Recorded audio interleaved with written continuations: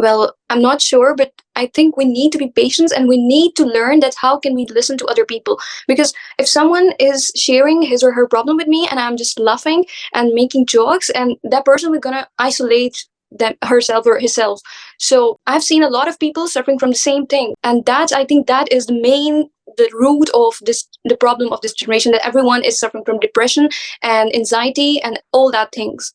And that's why we always need something like a social, we have a kind of status anxiety, that we want some kind of clothes that, so everyone will gonna look at us, and yeah, we just need attention. But at some point we also don't need it. We are not able to share our problems with our parents, we cannot share it with our teachers. One time I did, and my teacher told me that I have to go to the psychologist because I think too much. Well, what you're going through is called dissonance. You're looking at all of these people doing certain things, and you're seeing them making rules out of that game. And you somehow can't even connect with the purpose of the game. So you're never going to follow the rules, but you're going to be, reprimanded if you don't follow the rules. So that's called dissonance. You don't even agree with the rules, but you got to play the game. That's dissonance. Okay. You don't agree with the purpose of the game, but you got to play the game. Dissonance. That's a psychological issue. Yeah, but then I think we should make a social contract so everyone can understand it. Because, yeah, as a new generation, we are really depressed because no one is listening to us. We can't communicate our problems.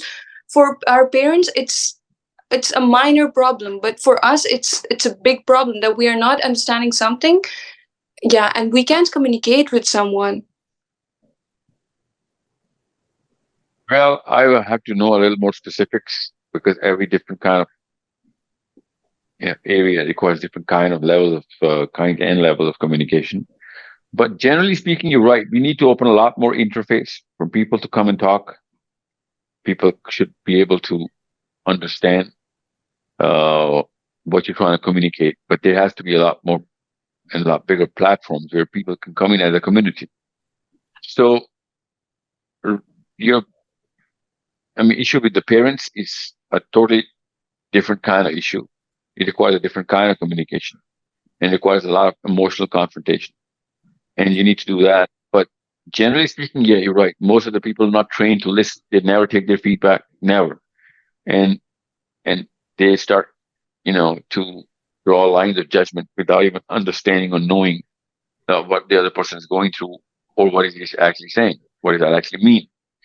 So how do you solve that problem? Well, you open all the channels of communication and you communicate very clearly and loudly so that people can actually stop assuming things. Secondly, people will see you as a proof of concept and they will start communicating as well. It takes the first draw of the rain to cause the rain, right? Who's the first draw of the rain? It would never rain without the first draw of the rain, right? Even if cloud is all filled up with it. You require that first row of the soldiers to start the battle.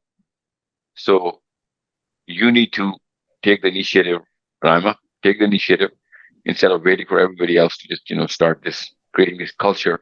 You need to be the first draw of the rain. Okay?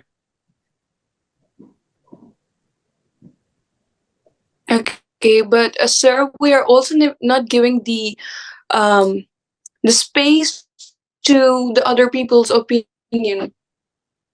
We should learn it. Not just that we should learn it, we should train our kids into it. Yeah, can you hear me? Yeah. Yes. Yeah.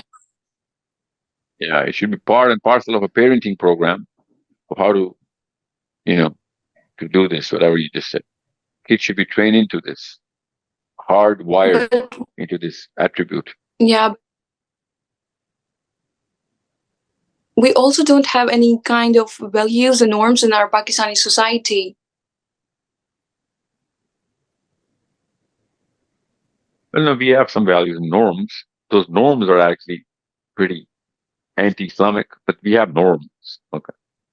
So you're in Belgium, you should start working towards a community now. Start gathering up at least girls around you and go global and start talking to your age boys and girls to understand what you can give them as knowledge and how you can help in getting knowledge from them. So that's the first thing you got to do. You're at an age, I don't expect you to have, great business leadership resumes right now. In 10 years, yeah, I'd require, that's the least I'd require from you guys. But in this age, I'd require a lot more IQ. You should be around, all of you guys should be hitting the 130, 140 mark in the IQ. You should have a very stable emotional intelligence, very stable. Not the best in the world, okay, but very stable. You can grow into a very strong emotional being later on. But right now, you got to be stable. So these few assets that only your age can have, you should have them by now. You're not just teenagers, you're just about to exit your teenage. So you should have all of those attributes by now. You should be a lot more composed. You should be a lot more patient. So how are you going to do that? You put yourself into these kind of situations where these attributes are required and they will develop in you. You run away from these situations, they'll never develop. So anybody else has anything else? I don't Yes. want to Yeah. make a long meeting out of this because I like talking to you guys. You guys are smart kids. And I'm telling you, there's a lot more that I expect from you than your brains. Do they generate a picture of a child when I'm going to finish the statement, assuming that I'm going to compare you with children? No. I expect a lot more from you guys than, I'm telling you, from old folks who are in their 40s and 50s. Yeah. I expect less from kids, obviously, because they're kids, but I expect a lot lesser from the adults right now roaming around this planet, calling themselves Muslims. And they are the problems in Islam, to Islam, about Islam. They are the problem. We are the problem we are the cancer that Islam is suffering from right now. So you kids, you teenagers, you are the reason why I have hope. You are the reason why I think I've got or two or three or four things. I gotta finish that task because of that program, that session, that event. I gotta write that article. I gotta attend that lecture. I gotta give that lecture. I mean, you have no idea how important you guys are right now.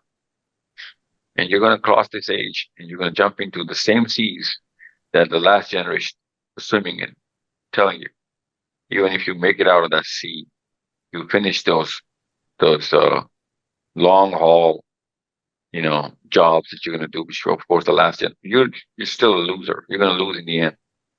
You got to jump in a totally different sea now, and you're going to get all of whatever they wanted, and even more. But you won't get it for your own self. You're going to get it for everybody else, and you're going to get it for the purpose. You are not born as single individuals, even if you are born in the farthest part of the planet as a single child to a family of Muslims. You're born as a part of a team. You're part of a community. You better get the sense of that community. And I'm telling you, you would even think less of your own identical twin brother or sister if he was not doing more than, enough for you voluntarily. But since we're not given that sense of community in our own homes, we just do not care. We just don't care. And even if somebody's saying he does, he's just lying, because we don't really have any actions to show that we actually care for the Muslims. So we better start preparing ourselves in psychology, in our own psychology. That no, I need to first change the pool. I got to swim in a totally different pool, and that pool has its own problems, its own pros and different cons. But I'm not going to play the same game this last generation played. And nobody came out a winner anyway. Even if they won, they would become what? Elon Musk's and Jeff Bezos and whatever. What would they have become? The rich people or the more stable career people. What did they do to Islam? Nothing. If anything, they actually attracted a lot of people out of Islam because they gave a little proof that this current system works, even though they're not in many numbers, so everybody knows this system doesn't work. But even if they made it out, a lot of people jumped in the pool because looking at them made the other people who jumped in believe that yes, I'd make it out as well, and I'd make it out with a Ferrari or or Lamborghini or a big house or those wives and those kids. I don't know what people have, sitting inside their heads as dreams. But I know that what I'm saying is not a dream. It's Prophet said, Al Jannah Haqq, Al Jahannam Haqq. That is the real truth. This is the fight that everybody's got to fight. And you need a lot of money for that. You need a lot of politics for that. You need a lot of IQ for that. So you better be jumping into books. But these books should take you to, because of a different purpose, you should open these books. Because of a different purpose, you should make that money. Because of a different purpose, you should create your influence. So Raima in Brazil, Belgium, and Navia in Arabia, and you boys in England, you guys should start to understand that unless you guys are affecting the whole planet because of wherever you are, or at least more than Arabia, or more than Belgium, or more than England, then you are not you're not part of the solution. You're part of the problem. Okay, because we are everywhere. We're 2 billion Muslims and 7-8 billion human beings.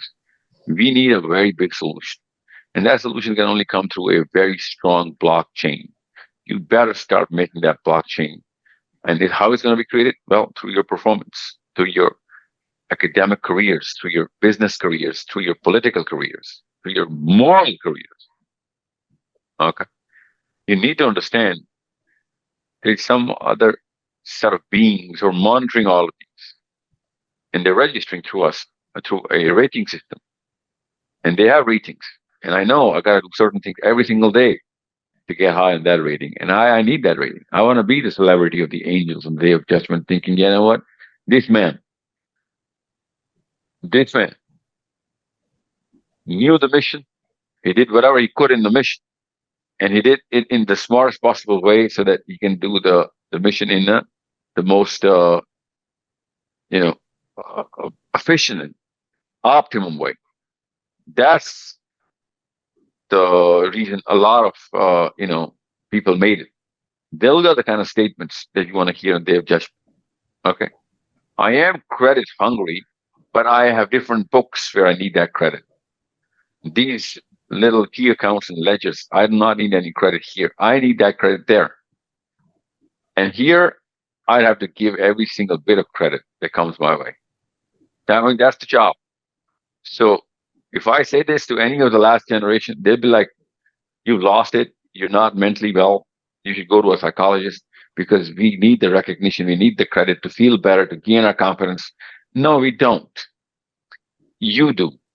I don't. Muslims know that their credit should come through and go to a totally different being. That's the start of the Quran. The very first ayah of the Quran. Alhamdulillahi Rabbil Alamin. Nobody else deserves any kind of credit. So you know the purpose, you go do your job. That's the thing. Whatever you need, you're going to get your own planet, practice there, be your own boss, be the owner of everything in your own planet. Here, you got to serve. You got to serve. And you got to serve only as a community because you're going to play solo, you're not going to make it anyway. Doesn't matter who you are, where you are, what you do. You play as a team and you know that you're only picking out your teammates based on your own purpose, then you'll see that you are going to get a lot more than all of these folks in this planet as well.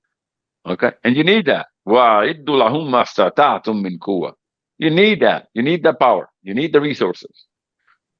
How are they going to come? They're going to come through your IQs and your team. So you work together. You know how a blockchain is formed. Go through what the technicalities are and connect with each other. Okay. And people are going to only connect with you if you have something to give, which means your IQ, your knowledge, your support.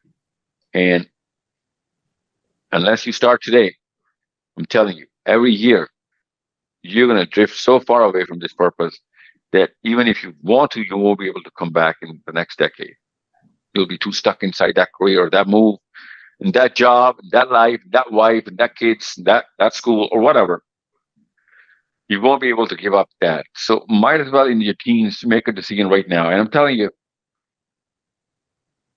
A lot of teens have made that decision. They're coming in by the dozens, alhamdulillah, coming in by thousands, but they're not in places which you are in.